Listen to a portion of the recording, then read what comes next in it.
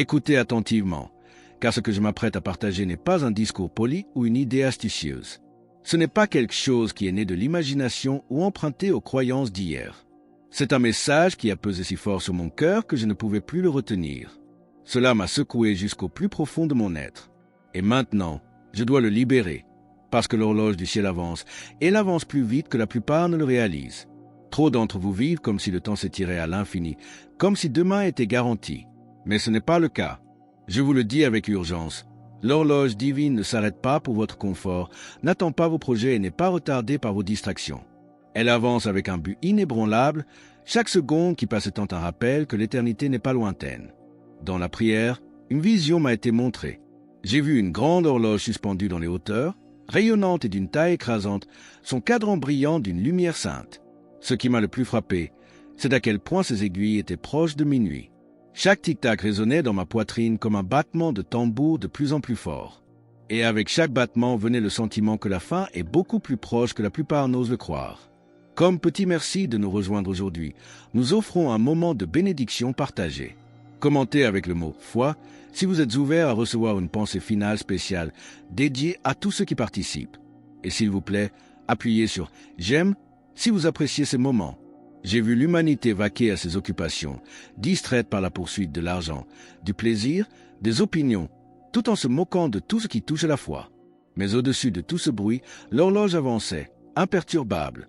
Restez bien avec nous, car au fur et à mesure que notre histoire se déroule, nous découvrirons que cette horloge ne mesure pas seulement les heures, mais quelque chose de bien plus intime qui pourrait vraiment vous surprendre. Puis l'Esprit a parlé. Ceci est l'horloge du ciel. Elle ne suit pas les gouvernements. Elle n'obéit pas aux dirigeants. Elle est mue par mon dessein, et bientôt leur sonnera.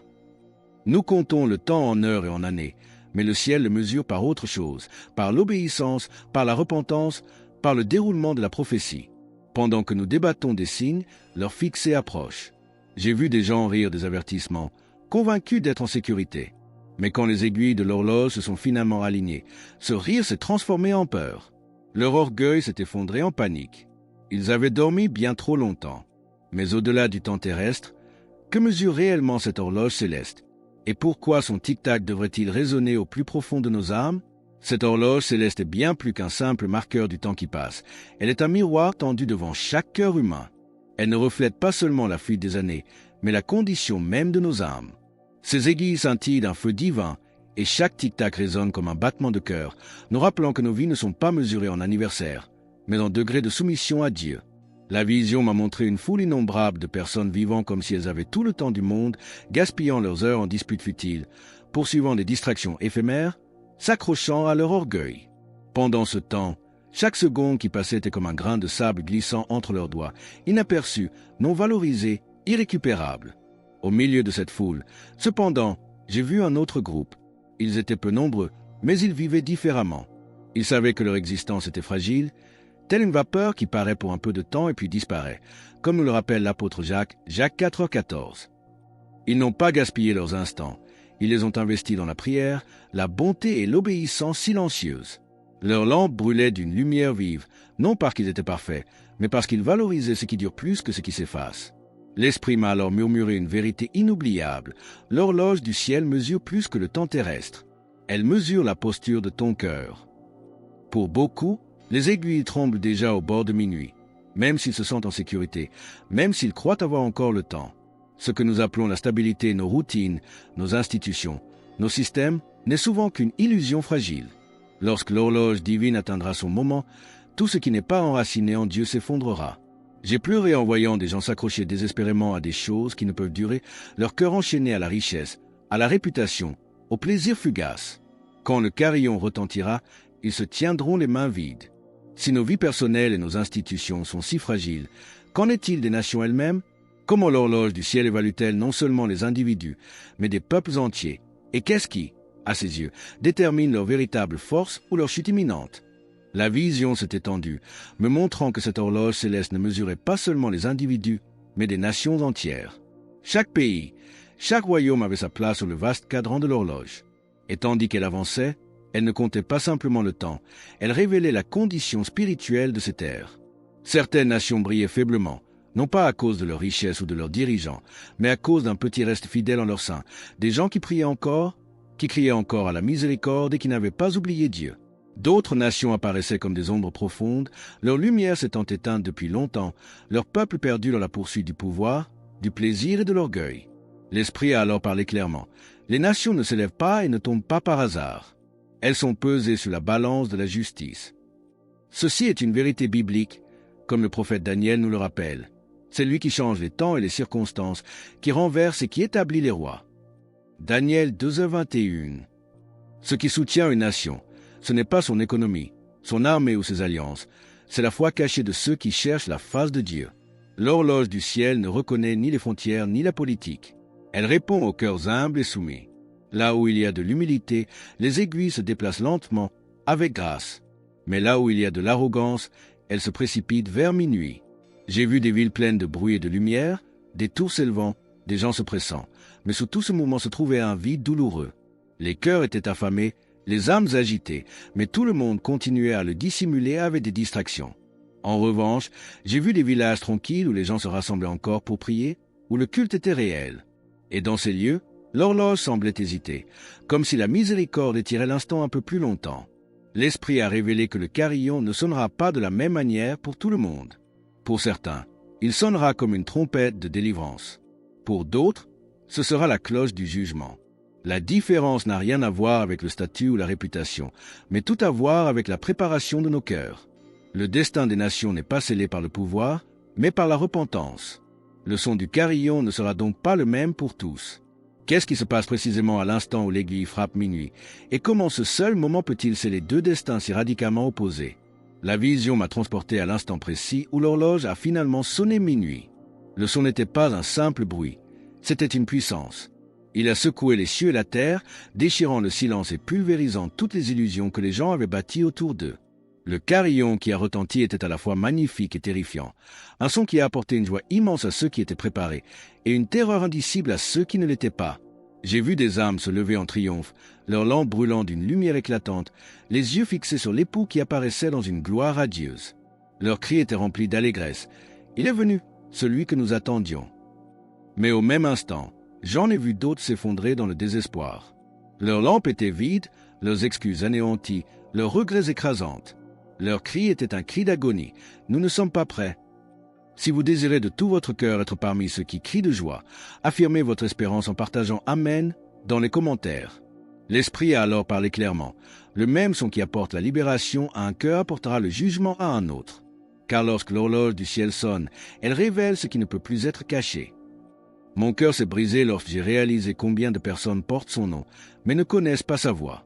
Combien chantent ses louanges, mais ne marchent pas avec lui. Combien remplissent des bâtiments appelés églises, mais portent des lampes vides. J'ai compris que l'époux désire la miséricorde, pas la performance, des cœurs, pas des rituels. Ceux qui étaient prêts ont couru vers lui, leurs visages rayonnants, leurs larmes effacées. Mais les autres se tenaient devant la porte fermée, frappant avec désespoir, suppliant d'être admis. La réponse est revenue, solennelle et définitive, faisant écho à la parabole de l'Évangile. En vérité, je vous le dis, je ne vous connais pas. Matthieu 25, 12. Cette vision d'une finalité si terrible révèle aussi une vérité plus profonde sur le temps qui nous reste. Pourquoi cette porte n'est-elle pas encore fermée? Quelle est la nature de cette miséricorde qui retient encore les aiguilles de l'horloge et pourquoi le fiancé tarde-t-il encore? La raison pour laquelle le fiancé tarde, la raison pour laquelle la porte n'est pas encore fermée, est la plus belle et la plus profonde des vérités, la miséricorde. Le but de cette vision, le but de ce message n'est pas de paralyser par la peur, mais de réveiller par l'amour. C'est une miséricorde d'entendre le tic-tac de l'horloge pendant qu'il est encore temps. C'est une miséricorde d'être averti avant que le carillon final ne retentisse. C'est la miséricorde d'un père qui aspire au retour de ses enfants avant qu'il ne soit trop tard. Le délai de l'époux n'est pas un signe d'oubli, mais un acte de patience divine. Comme nous le dit l'Écriture, le Seigneur ne tarde pas dans l'accomplissement de la promesse, mais il use de patience envers nous, ne voulant pas qu'aucun périsse, mais voulant que tous arrivent à la repentance. 2 Pierre 3h9. La vision m'a montré que le fiancé attend, espérant encore une âme de plus, un cri de repentance de plus, une lampe de plus à être remplie. Chaque seconde qui s'écoule est un don, une nouvelle opportunité offerte. Les aiguilles de l'horloge n'ont pas encore atteint leur position finale. Et cet espace, Ce minuscule souffle de temps qui nous reste n'est pas une occasion de se détendre, mais un appel urgent à la préparation. J'ai vu le cœur du Père, désirant ardemment que son peuple revienne, qu'il soit rempli de son esprit, qu'il vive non dans la crainte, mais dans une sainte attente. Sa voix résonnait à travers le monde. « Revenez à moi. Mes bras sont encore ouverts. Ma miséricorde attend toujours. La porte n'est pas encore fermée. » J'ai alors compris que l'horloge elle-même était un instrument de cet amour. Sur son cadran n'étaient pas gravés des chiffres, mais des mots d'un poids éternel. Repentir, miséricorde, vérité, obéissance, sacrifice et amour. Voilà ce qui compte vraiment. Chaque tic-tac est une invitation à vivre selon ce principe. Chaque instant est une chance de transformer notre vie. Puisque chaque seconde qui reste est un don de la miséricorde divine, une chance de se préparer, la question la plus importante devient: que devons-nous faire?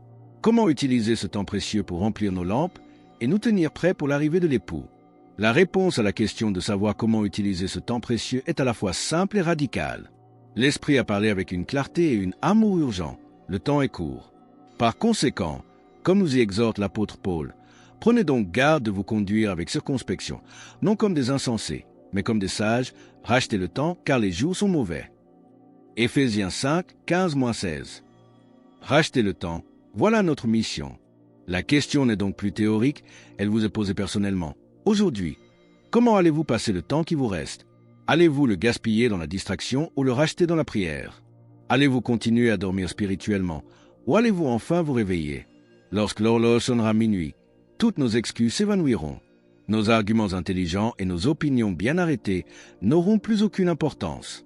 Notre orgueil, cette forteresse où nous nous cachons, ne tiendra pas debout.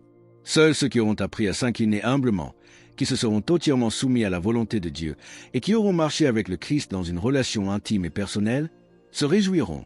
Les autres feront face à un regret si profond qu'aucun mot ne peut le décrire. Pour rejoindre notre communauté de veilleurs et ne manquer aucun appel à la préparation, pensez à cliquer sur « J'aime » et à vous abonner.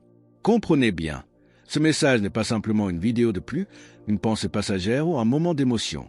C'est l'alarme du ciel qui retentit dans votre âme. C'est un appel à cesser de jouer avec votre éternité, à ne plus remettre à demain le salut de votre âme. Il faut se préparer maintenant, se rendre maintenant, se réveiller maintenant. Chaque acte d'amour compte au ciel. Chaque prière cachée remplit la lampe. Chaque instant de repentir façonne l'éternité. Ne méprisez pas les petites choses, car ce sont elles qui construisent notre demeure éternelle. L'alarme a sonné. Le choix est devant nous. Alors que nous nous tenons sur ce seuil, une dernière action de foi nous est demandée pour répondre à cet appel. Cette dernière action de foi, alors que l'alarme du ciel retentit, est de joindre notre voix à la sienne dans la prière et de prendre une décision finale. C'est pourquoi, alors que je conclus ce témoignage, j'élève ma voix, non seulement pour moi, mais pour chaque personne qui écoute. Ô Seigneur de l'éternité, réveille ton peuple, agite les cœurs devenus froids, brise les chaînes de la distraction et de l'orgueil qui nous retiennent captifs. Ramène chaque auditeur à toi. Fais qu'aucun de ceux qui entendent le tic-tac de ton horloge ne reste endormi, qu'aucune lampe ne manque d'huile, qu'aucune âme ne soit perdue lorsque le carillon sonnera. Répands ton esprit sur cette génération, nous t'en prions. Que le cri du ciel apporte la repentance, le réveil et la préparation dans nos vies. Et quand l'heure viendra, puissions-nous être trouvés non dans la peur, mais dans la foi, non pas devant une porte fermée, mais accueillis dans la joie éternelle. Que nos cœurs puissent crier avec l'apôtre Jean la promesse de ton retour. Amen. Viens, Seigneur Jésus. Apocalypse 22h20. Que notre attente ne soit pas passive, mais active, remplie d'œuvres d'amour et d'une sainte vigilance. Car ce message, au fond, n'est pas une fin, mais un commencement, le début d'une vie vécue à la lumière de l'éternité. La miséricorde est encore offerte. La porte n'est pas encore fermée. Chaque souffle que nous prenons est un autre tic-tac, un autre don, une autre chance. L'horloge du ciel est proche de minuit. Le carillon est sur le point de retentir. Et la seule question qui reste à poser est celle-ci. Comment serez-vous trouvé lorsqu'il sonnera? Alors que nous concluons sur ces questions vitales, nous vous invitons à déclarer votre foi. Commentez « Jésus est roi ci-dessous » pour affirmer cette vérité avec nous. Et votre parcours ne doit pas s'arrêter ici. Cliquez sur la vidéo qui apparaît maintenant sur votre écran pour un autre message puissant que nous avons préparé pour vous.